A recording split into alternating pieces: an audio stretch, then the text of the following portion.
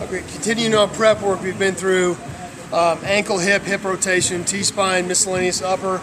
Now into activation, we're just getting parts of your body turned on, doing the rolls in terms of core activation, stabilization, glute activation to make sure we're getting full movement through the hips. So week one here, we're going to look at a quad draw-in. So what you're imagining is this. Here's your quad position. You let your belly hang down and then brace and draw it in like you're trying to suck that navel up into your spine. And if someone's hand was underneath it there, when you're relaxed, the belly would be in their hand. When you drew in, it would suck in, and the belly would leave the hand by about 2 inches as you drew in and braced your spine. So that's what a draw-in is. You just perform reps like this, draw it in, brace, and relax. Draw it in, brace, and relax. There should be a perfect line. If a stick were on your back, it should touch the back of your head, your upper back, and your lower back near the butt bone.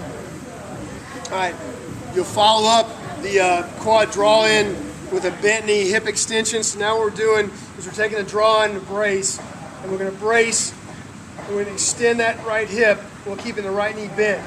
You should really squeeze your butt. We're bending the knee to take the hamstring out of the equation. This should be all glute extending. So what we're getting here is hip extension with core stability.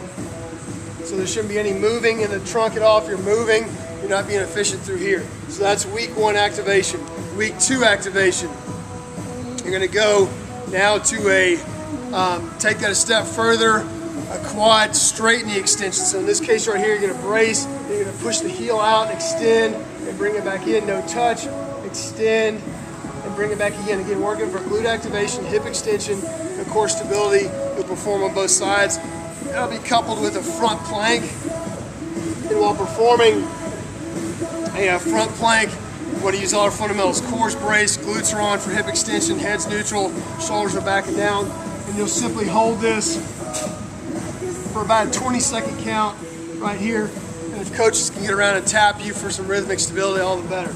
Week three activation, you're going to go to a side plank. So whereas in a front plank, you're avoiding lumbar extension, in a side plank, you're avoiding lumbar rotation, you're preventing rotation. So right here, we can start here with 1 foot down, or we can stack, hand here, head in line, squeezing the glutes through, stable trunk, hold for a count, then flip on the other side. Again, not for fatigue, just for activation. And in week three, a little more activation, this time for the glutes. And then go in a bridge, push the heels, squeeze, hold, and back down. Push the heels, squeeze, hold, and back down. So those are 3 weeks of activation. The movement series here, where we get the heart rate up a little bit more. Week one is a linear skip to a go. So for about 10 to 15 yards, shoulders back. We're working on a skip pattern, pushing down aggressively, hips tall, and then I'd sprint out about 80%, 10 yards. Week two, we'll go reverse skip, hips tall, driving down, turn and sprint out 10 to 15 yards. Week three, it's going to be a lateral skip, keeping everything straight, driving down, exit out, sprint 10 to 15 yards, obviously come back to your right side. Your med ball work. Week one, it's a repeating overhead movement. You're going to be alternating between week to week between overhead movements and rotational movements. Focusing on velocity with the med balls. They really shouldn't be getting above 6 pounds. In some cases, they should be at 4. Week one is going to be a repeating overhead slam. We're trying to really create a big elastic component up top, racing through the trunk as we repeat this movement. Overhead slam.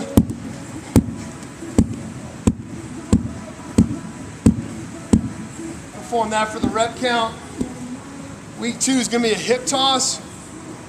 It's as simple as this. The faster you can rotate the hips, the harder you're going to drive a ball, the harder you're going to throw a ball if your mechanics are good. So we look at the hip toss. The idea is this. If we can partner this and the partner can toss to us, we catch straight arm, we're going to load the hip, fly the hips through. You know, if we don't have a partner, we can still get this done by just here, back and through. We want to create the elastic component where we store and release energy real quick. We don't want to store, hold, leak, and then go. So here's me without a partner on the hip toss. On my dominant side here, just a quick little load in the hips and the T-spine, and I'm going to drive my hips through. One more time on the hip toss.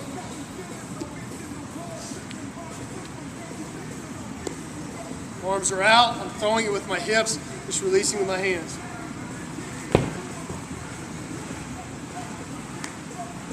Week 3, we go back to an overhead.